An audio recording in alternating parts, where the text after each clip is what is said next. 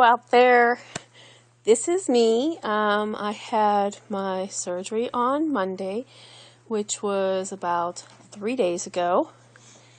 And at this point now, I am up and moving around. The first day of surgery on Monday, I did not move around at all, and I really should have. But for me, the pain was really bad, and I couldn't get up and move at all.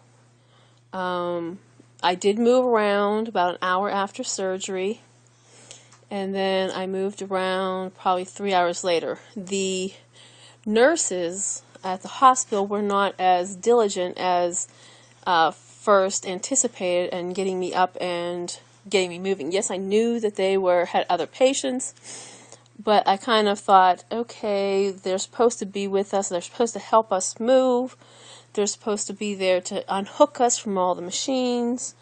Me personally, I had leg wraps on my calves. They're just to help with blood clotting.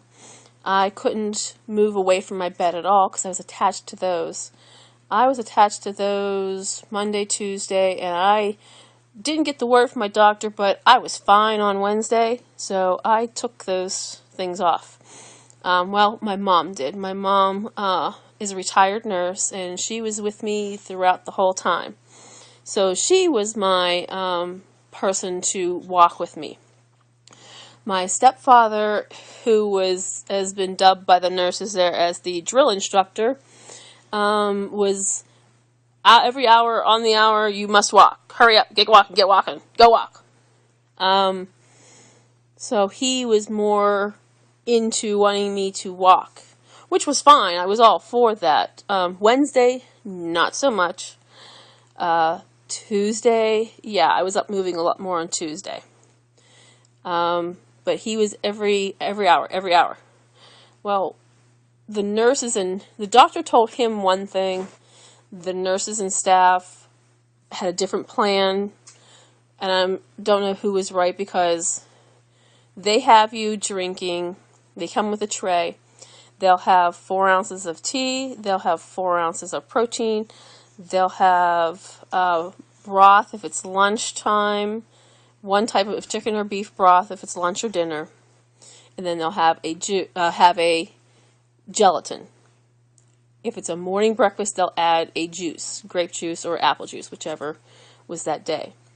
And those are the things I had to have. Top of the hour protein, bottom of the hour my liquids. So at the top of the hour I had to have an ounce of protein, and at the bottom of the hour I had to have an ounce of the liquids. Well, it's hard to do all those things, get your walk in, and everything else in that short amount of time. So the nurses said for him it's every 2 hours to walk. It didn't last very long. He wanted to still make me do the every hour. But anyhow, the first day I really was in so much pain and so out of it from the anesthesia, I couldn't walk at all. I've talked to other people. They said that they were up and going half an hour and they were fine. I guess it's how everybody's body reacts to the anesthesia. So if one person says, well, I was up and moving an hour after or half an hour after I got me back to my room, that's their experience. Your experience could be totally different. You could probably not want to be walking it's half an hour. Your anesthesia might knock you out for all the rest of the day. Depends on when your surgery was. My body reacted as sleep. It wanted to sleep. Okay? Body's natural healing is to go to sleep. So it wanted to sleep. So that's all I wanted to do. Monday night into Tuesday, there's that lovely morphine that they have for you, that they give you, that you have that cute little button. You have to push if you're feeling pain. So you better believe I was pushing it on Monday night. And needless to say, I had every hour on the hour I was awake and I was pushing that button. So I was really feeling pain. Didn't help matters that I had a person sharing the room with me.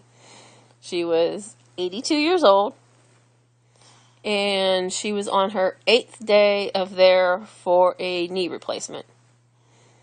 She stayed the extra 3 days because she didn't feel well enough to go home. Okay, that doesn't make it so you have to jack the heat up in the room up to 80 plus degrees. So here I am asking for a personal fan from the nurses saying, I am roasting. Can somebody please get me a fan? Somebody down in the recovery room said if you need a fan, ask for a fan.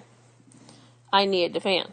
Because if I didn't have that fan, you can guarantee my temperature when they took my different, they come in your room and they take your blood pressure, they take your temperature, and they take your O2 levels.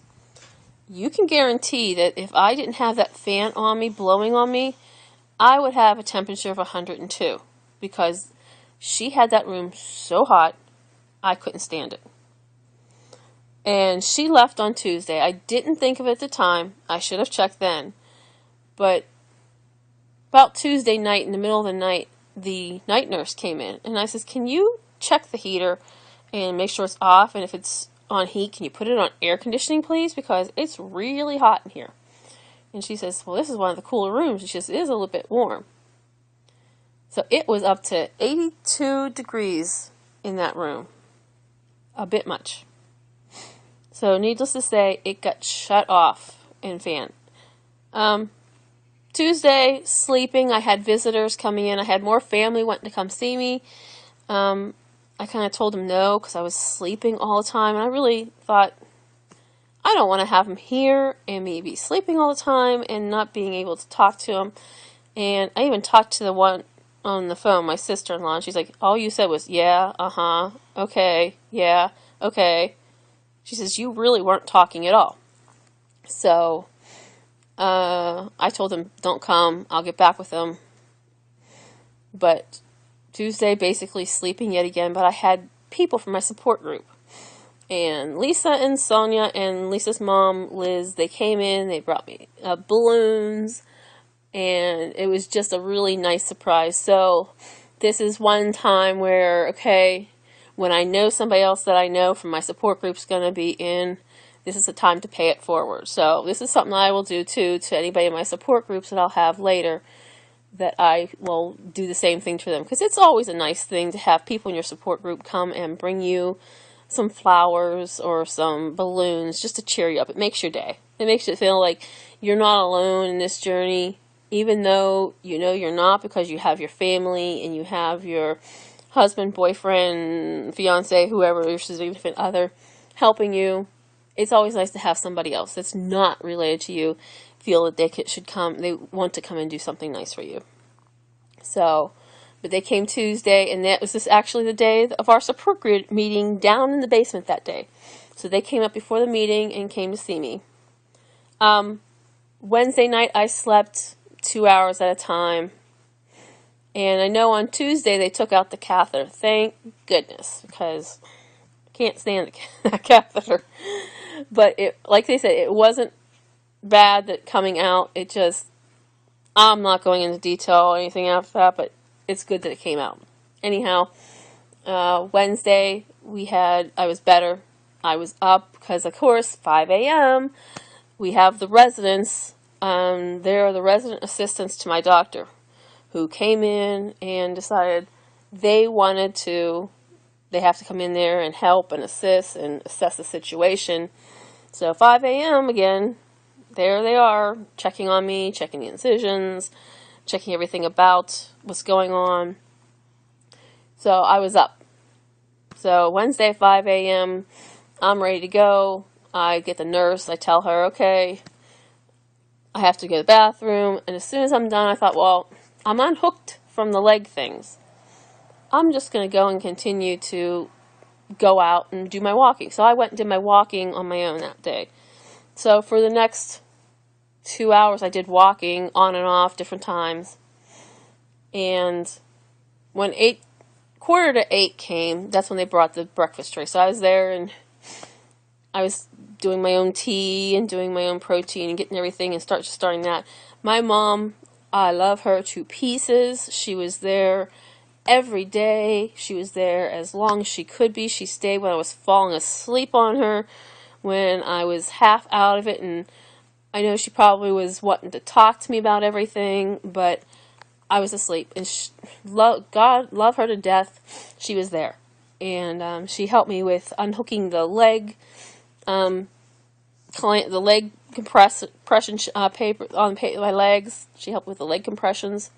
She got those things off. I went to the bathroom. She unhooked my IV machine from the wall.